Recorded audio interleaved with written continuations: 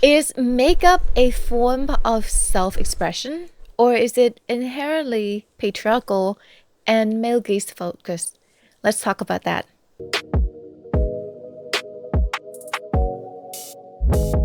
Warning, listening to us might radicalize you.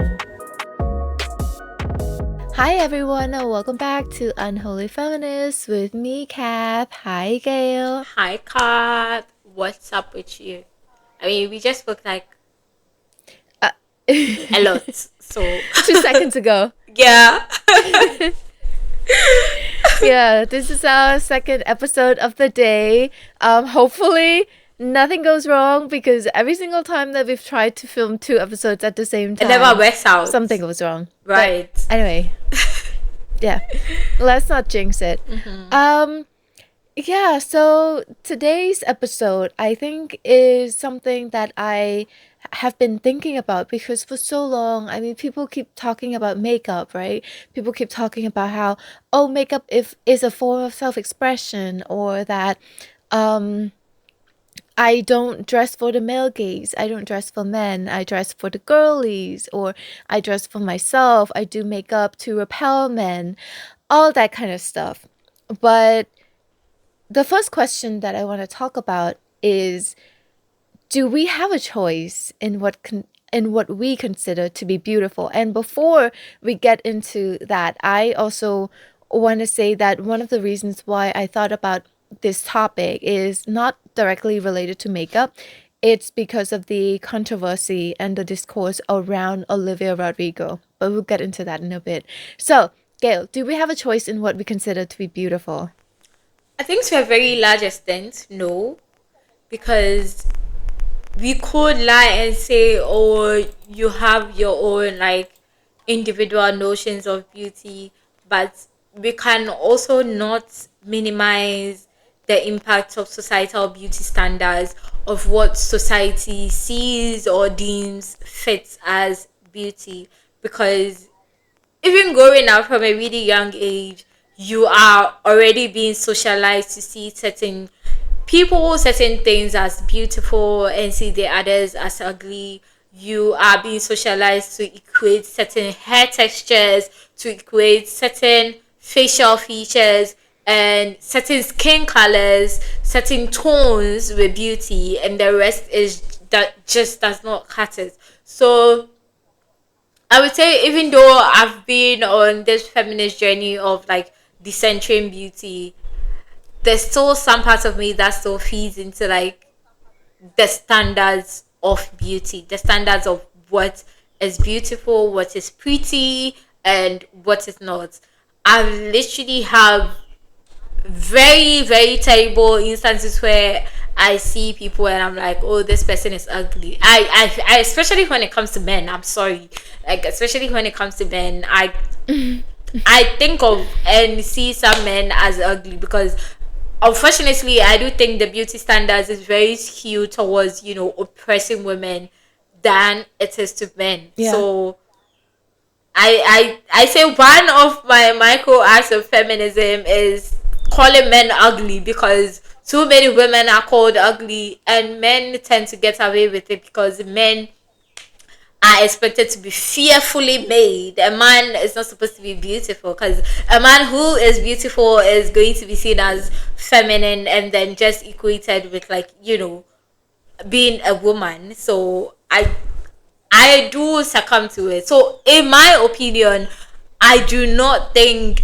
we 100% have a choice in what we consider to be beautiful. You can't do the work. You can't decenter and you can't. But I don't know. What about you?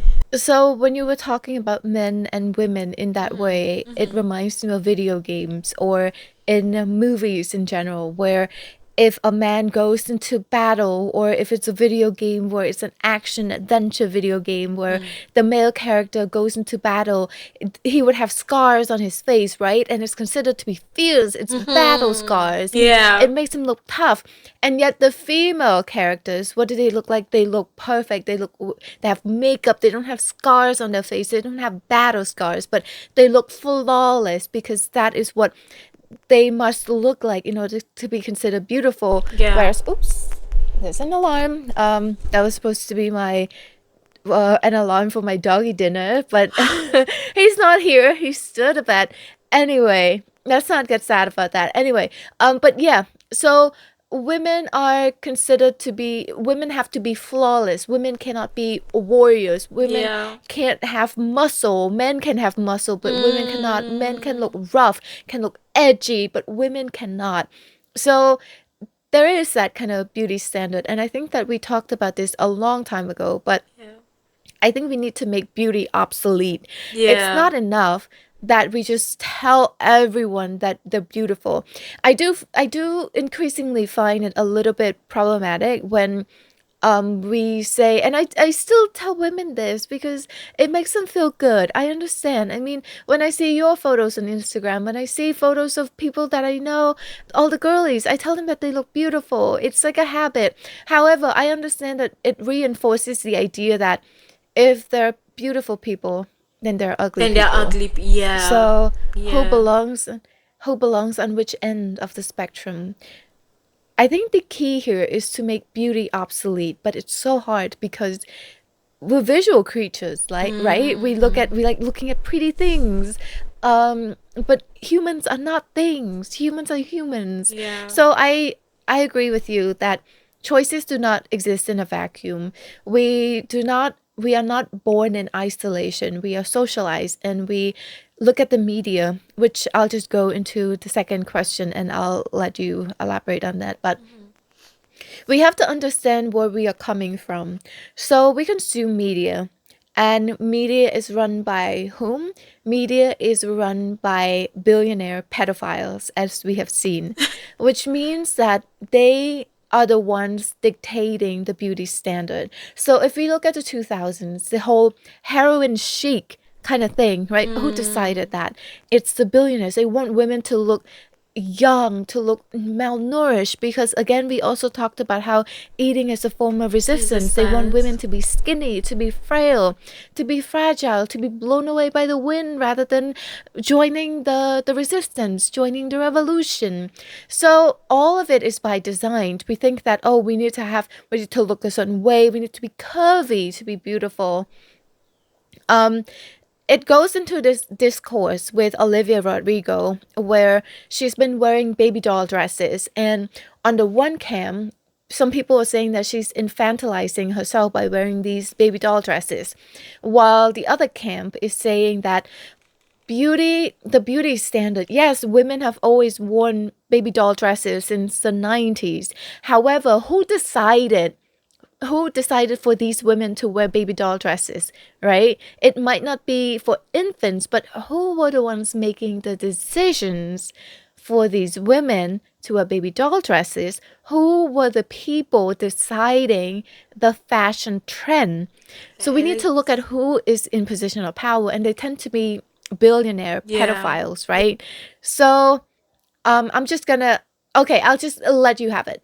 What do you Yeah. think? I perfectly agree with you. I think it can also be culture who decides the beauty standard. I think even though in like the grand scheme of things, it's the elites who, you know, push out certain notions, they push out certain ideas, certain ideologies, and then we, the rest of us, just pick up on it and go with it because these are beauty politics. Because if they say this particular thing is trending, then if you join the trend, it makes you one of the people. And if you don't join the trend, it makes you outside of the people. So even when it comes to being able to access certain things like job opportunities, access certain spaces, even Yeah. for fun, just for fun, even you need to fit the standard that these people are saying that you need to fit into. It's like trying to go into a restaurant and one of their policies is, wear high heels, that you can't come in here if you are wearing slippers, or if you are wearing flat shoes. You need to wear high heels, you need to look elegant in order to be attended to here. So you just tend to, I don't know, you conform to what they expect of you. So I definitely agree with you that is a least. I do think culture also plays a role in some places, because for a lot of people, culture wise, so I've recently been having more conversations on beauty in regards to like skin tone, because I got Mhm. triggered a couple of weeks ago when I was seated by two girls who were relatively light skinned, and the way they were talking about skin tones, like, it was very passive aggressive for me, considering I'm a dark skinned girl, and they were having this conversation about how light skinned people should not even walk under the sun. I'm like, girl, you're in Africa. Why? How are you colorist? Like, our default is black. You are dark Mhm. skin. How are you being colorist and talking about how? Oh, and one even said, oh, she quit her job because she, I think her job expected her to work under the sun or something, and so she Mhm. decided to quit it because she doesn't want to ruin her skin, her nice fresh skin. I'm like, okay, I'm sorry. So I've been having some conversations about this, and I realized I read somewhere that, especially in Africa, in history, a lot of the women who were in power were actually light skinned. So Mhm. it got to a point where light skin was associated with wealth. It was associated with, and obviously, if you are wealthy, yeah, automatically you have things and you have the facilities to feed into beauty standards, so you are considered as beautiful. And this has been carried down, ages down. There are literally mothers who are using bleaching creams on Mhm. their babies so that they can be light skinned and they can be seen as such. For the very longest time, especially in Ghana, Nigeria, a lot of the ads you see on billboards and even on TVs will only have light skin or mixed race people on screen. You barely see a dark skinned person. So beauty was just seen as, light skin beauty. That's why I say that I think culture also plays a role in this, in who decides the beauty standard.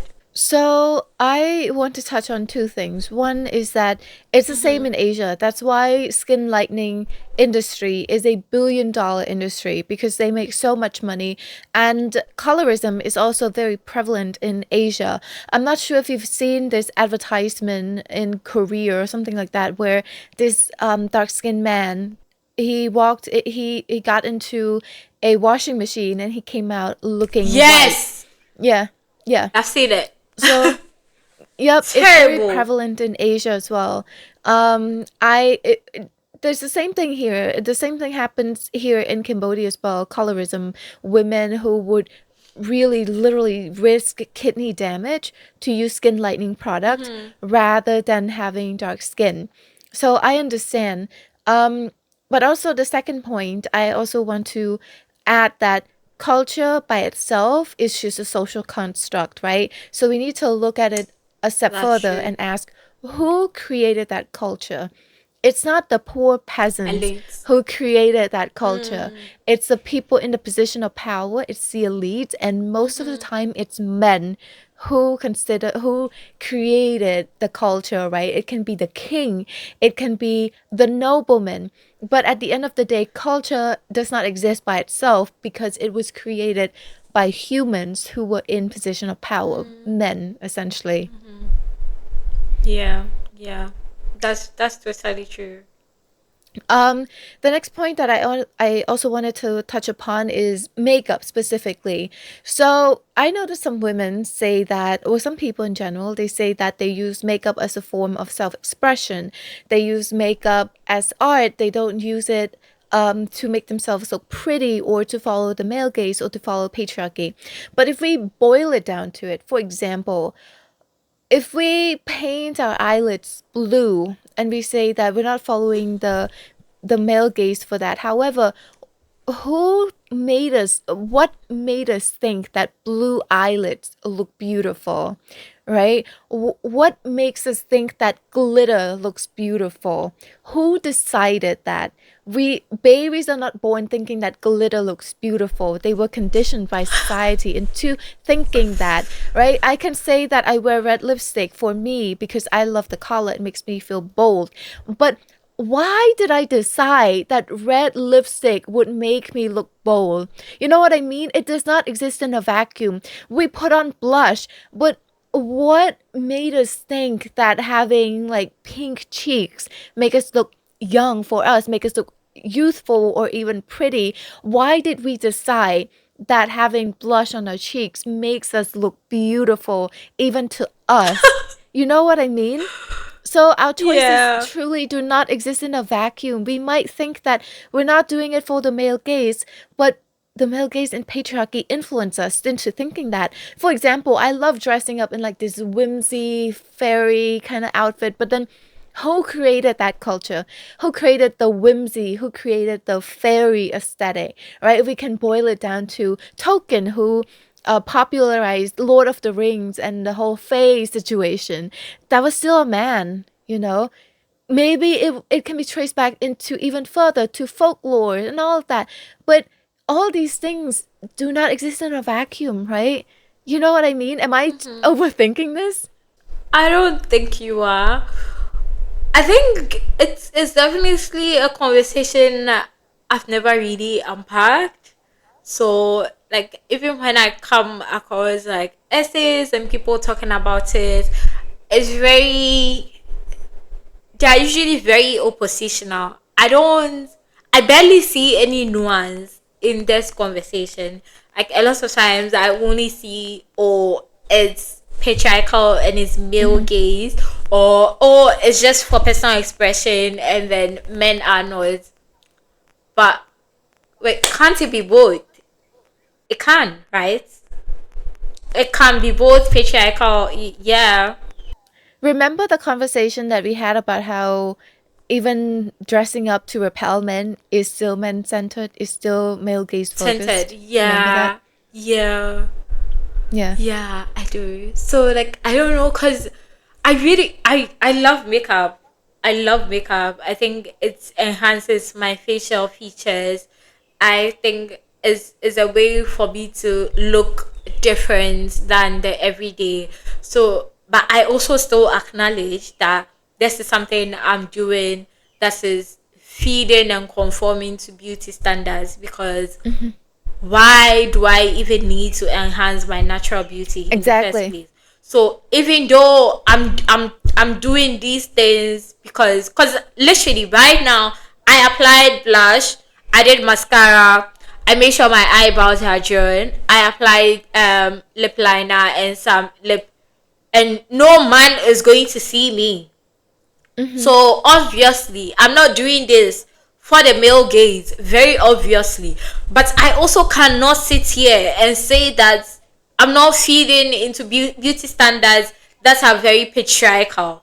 I can't sit here and say that I'm not feeding into beauty standards that, harm some women because there are literally women who speak down on other women because they don't do makeup, because they don't use makeup, because they don't know how to use makeup.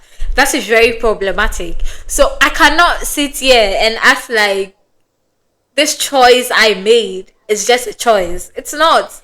I am feeding into patriarchal beauty standards. So I don't know what to say.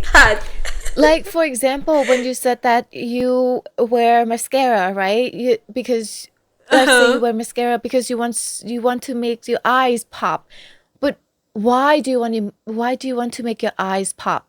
And who told you that they need to pop in a certain way, right? Because oh, your eyes pop, they look brighter or they look bigger. But bigger is also associated with like a lot of pedophilic traits, right? Because babies have big doe eyes. So you know what I mean? It's like, oh, your eyes need to look youthful and bright instead of dull like an old woman. They need to look bright and young and big. You know what I mean? So inherently it's I all do. Yeah. So even how I even do. though we say that we do it for ourselves because we like how our eyes pop, but who told us that our Mm. eyes need to pop like that? Men, You know what I mean? men, literally, men Yeah. did.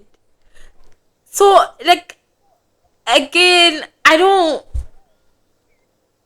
I feel like people are lying when they say that, not lying. Maybe lying is the wrong word to say. I feel like people probably still don't understand that choices do not exist in a vacuum, Mhm. and I think there's also this need to, like, be one or the other thing. People forget to nuance. People forget that we are human. Mhm. So you can, like, I do makeup knowing that this is me feeding into beauty standards. So even though I say I'm on a journey to deconstruct what beauty is, I still love makeup, and I don't know if I'll get to a point where I'll stop doing makeup. But again, I cannot sit here and say that I'm not feeding into beauty standards. I am, and I've owned up to it. I'm very self-aware, and I feel like Mhm. maybe more women should think from that angle. Like, it's wrong, but, like, it makes you feel good, so you are still doing it, and stop there, like, oh, there's no way it's patriarchal. I'm not feeding into beauty standards, and it's just a personal expression. It does not just end there. I feel like if we focus so much on it's just a personal expression, we are on our way to choice feminism again. Then it's just people not assessing the choices they make, assessing the decisions they make. Is Mhm. you not looking for any nuance in the things that you do as a feminist. So, yeah, Yeah. this is a hard conversation because I do it so I'm like, All right, next question. This might be even harder. How do we break free from patriarchy and the male gaze? Can we even break uh, free when it comes to things like what we put on our face, makeup? Because if you think about it, yes, we do it because we can't. That's what we like. Like I like to wear red lipstick. I don't think that I want to stop doing that, but at the same time, I'm also aware that one, I'm feeding into the beauty standard, and two, I'm giving money to people who are feeding the beauty standard, right? feeding into, So, how do we yeah. even break free from this? Does this mean that we just shun the makeup altogether? We stop using makeup? What does this even mean? Does this mean that it's not just makeup, right? It extends to our fashion choices. What makes us think that wearing that whatever looks pretty, like that pink thing, is pretty, or this denim halter top is pretty? Where does it end? Can we even break free from this?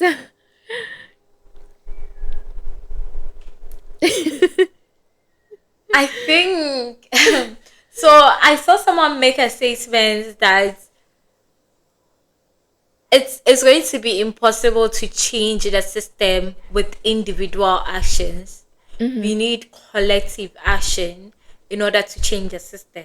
But if we are not looking to come together to make collective change, because literally I do not think individually anything you do can fully, like, get rid of the male gaze, because it's not something that is even in your control. The male gaze is literally not even in your control.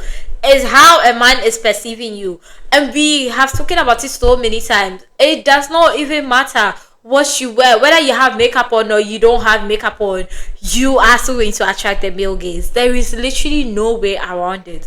So I don't know if we as women, if we as individual feminists can even really fully get rid of the male gaze.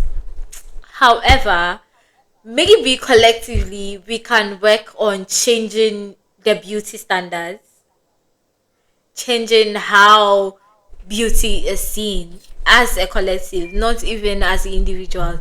Maybe that will go a long way to help us. I don't know. Cut. I'm lost again. So I old me would have probably said that, well, we need women in position of power. We need women to be executives. We need women to be directors. We need women to be the ones making decision in these big companies. But at the end of the day, liberal feminism is still bad, right? You know the whole saying, if you Yeah. scratch a liberal, a fascist will bleed. Um, that's the thing, right? Because we are telling women that, okay, you need to go boss. And then they end up being the head of this exploitative. Like, you can put a woman as the CEO of Amazon. It does not take away the fact that Amazon exploits their workers. It's just be like a woman exploiting their Yeah. workers, right? So I think Yeah. saying that, oh, women need to be executives of these makeup companies in order for us to get female perspective, but that's not changing the culture. It's just changing the figureheads, right? So where do we go from Yeah. here? The system still stays in place. So yes, Exactly. again, as a system we need to work on changing. Not, I don't know. And that can be done at an individual level. Again, it's and can we, do you think we can change the systems? Genuinely. I think we should strive to change the system because the system right now is not sustainable at all. And we're looking at I don't know, multiple apocalypses happening at the same time right now. So I don't think the system is very Yeah. sustainable. It's dying, and you know how an animal before it dies, it lashes out at everyone. That's what it looks like when it comes to Yeah. patriarchy and capitalism. The Yeah. two systems are lashing out at everyone. I do think that there are some individual things that we can do because, for example, with Palestine and with Israel, with the genocide, one of the things that people were encouraged to do is the BDS movement, right? The boycott, divest, and sanction movement, which is to be mindful, to be conscious of the companies that you are supporting.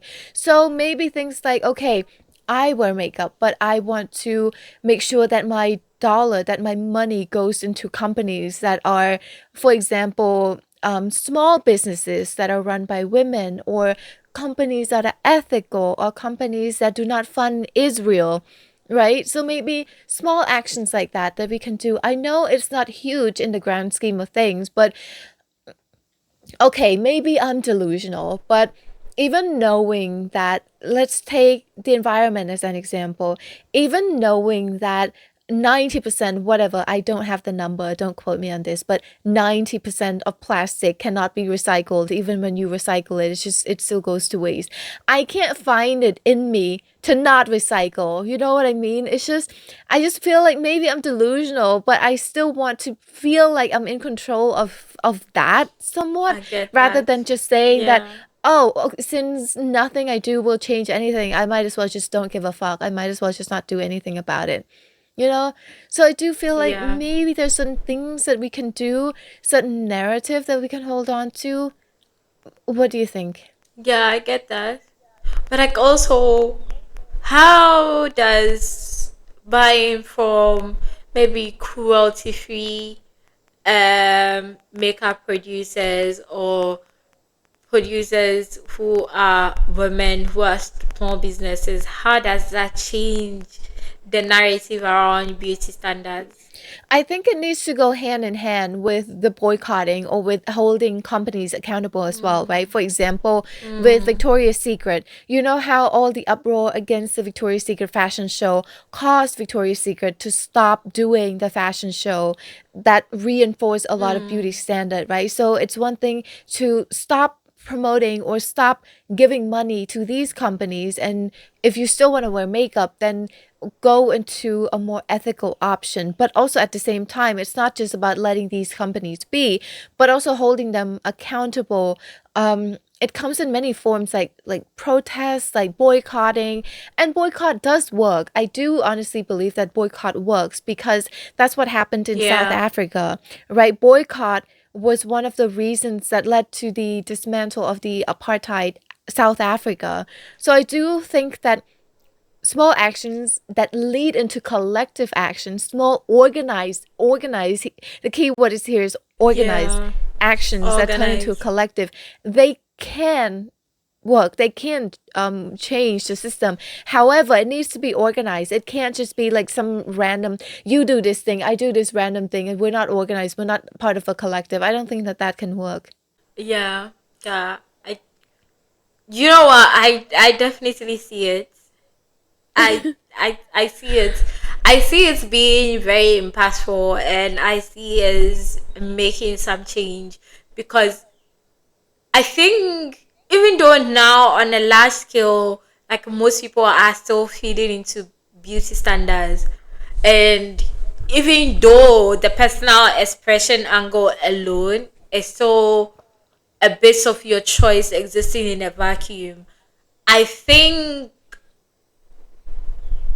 it's a bit of an improvement because, well, at least you are not setting out to do your makeup to attract a man, which is a step, which is a step above, the people doing the makeup because their men want them to do the makeup, which is a step above the people doing the makeup because, is their face with makeup that attracts certain caliber of men. So I don't think it can be a work in progress because, yeah, Rome was not built in a day. And yeah, but also, like, unfortunately, the elites are changing beauty standards like every 5 or 10 years because we move through the trends so fast, so Mm-hmm. fucking fast. Like, it's you can't even keep up. So sometimes I even feel so terrible for like all the women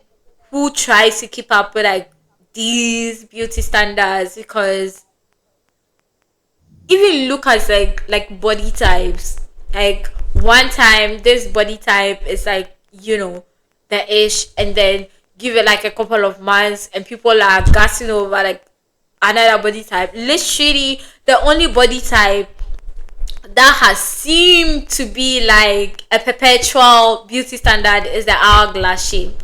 But Mm-hmm. besides that, the rest are very like, I mean, some are not even considered as beauty standards at all even.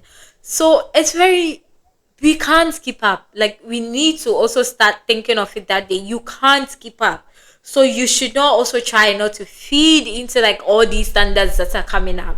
But I it's a work in progress. I think some of us are trying harder than others, but Yeah. I'm wondering if we can fully get to a place where we 100% say that we are not feeding into patriarchal beauty standards. That's I genuinely do not know. I think that we need to be conscious of our actions. We need to be conscious of our choices. But at the end of the day, I also think that we need to give ourselves grace as well.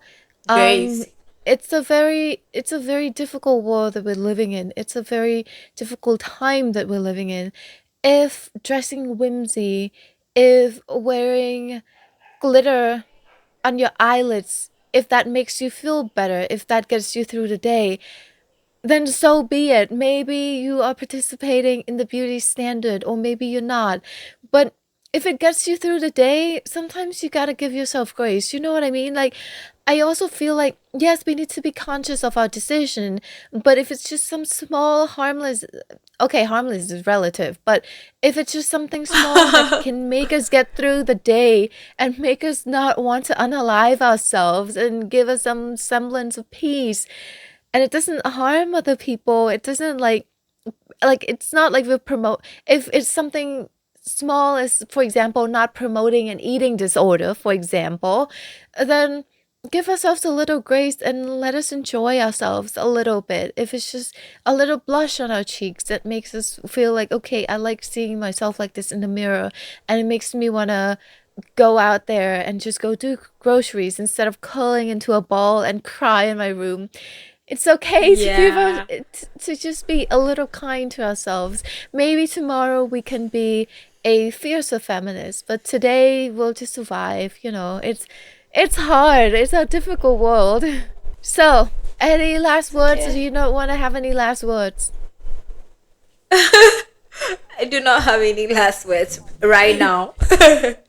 Okay, so my last words just are choices do not exist in a vacuum. We need to be conscious of everything that we do, but at the same time, if you focus too much, if you overthink everything, you're going to drive yourself crazy. You are not going to have any energy to be part of the resistance. You're not going to have any energy to be part of the revolution. So take care of yourself, be kind to yourself, and yeah, thank you so much everyone for watching.